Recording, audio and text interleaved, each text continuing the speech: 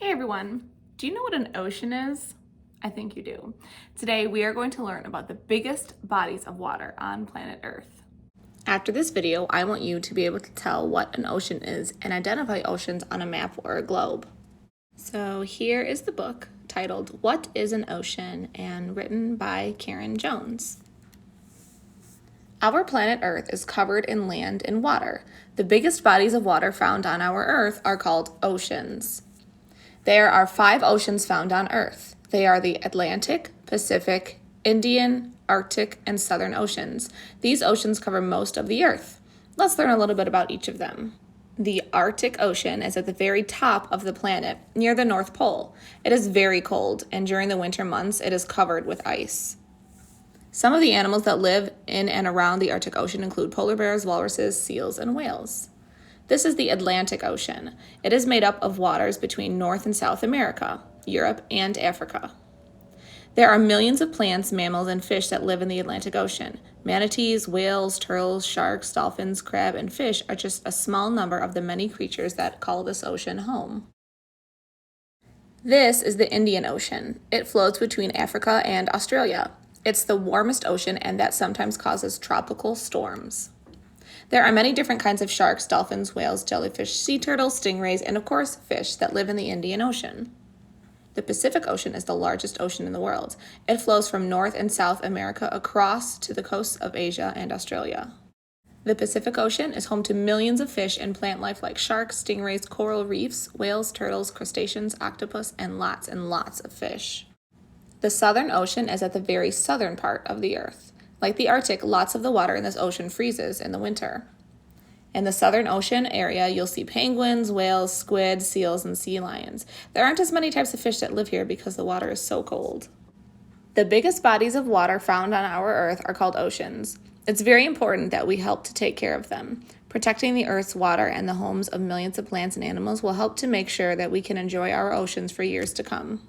On a globe, it's pretty easy to see where the water is. It's the blue stuff. The blue oceans are pretty much the entire globe. The globe, Earth, is mostly water. Now, when you look at it, it seems to me like even though they are called separate oceans, they're pretty much all connected. So how do you know when one ocean stops and another begins? It's not like there's somebody out there sitting along the fence of an ocean saying, over here is the Indian Ocean and over there is the Atlantic Ocean. No. I found a video that might help show this a little bit. So even though there are different spots that are called different things in different oceans, if you actually look at them from far away, they look different. Now, how can that be? It's pretty amazing, actually. You can see that one ocean stops on one side and one starts on the other. Like I said earlier, it's not like there is an invisible wall in between them, but the water is different, and I'll explain how. Not everybody has been to an ocean before and gone swimming there, but I remember as a kid going to an ocean, and while I was swimming, I got water in my mouth and it tasted terrible. It was salt water. Lakes are all around Michigan and they are fresh water, so there is not salt in them, but an ocean has salt in it.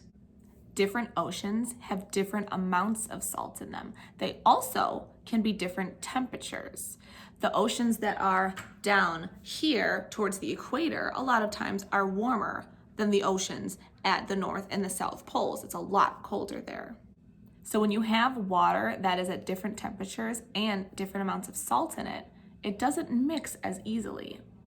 I didn't plan ahead and I don't have these supplies with me to do this experiment, but I found a video of someone doing this for us. So what this person did is they poured water into each of the 4 cups. They're putting yellow food coloring and blue food coloring into the cups.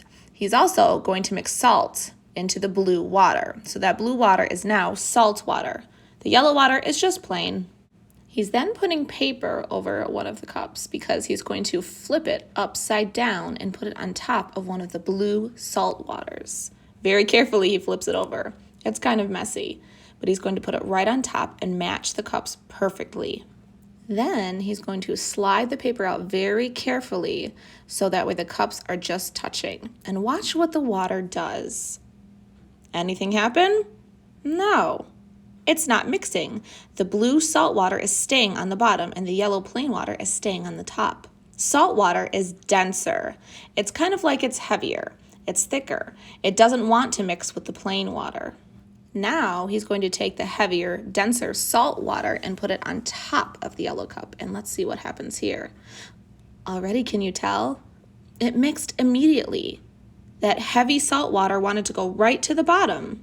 Now imagine that cup experiment, but sideways like the oceans. Oceans aren't on top or on bottom of each other. So imagine it sideways. That's what's happening with the oceans. The waters don't really want to mix. They want to stay with the water that's the same as them. Now, if somebody was to be a giant and stand in the middle of the ocean with a giant spoon and mix it around, of course, it will mix up. But if the water is just staying as it is, it wants to stay separate. So that is definitely one way you can tell the oceans apart. Now, after today, do I expect you to know all of the names of the oceans and find them all on a map super easily without reading? No. I don't know if I could even do that. I could probably. I should try it one day. But anyway, after the end of this video, I want you to be able to just understand what oceans are, how they look on a map, and get familiar with what is inside of them and their names. Thank you for learning all about oceans with me, and I will see you next time. Take care.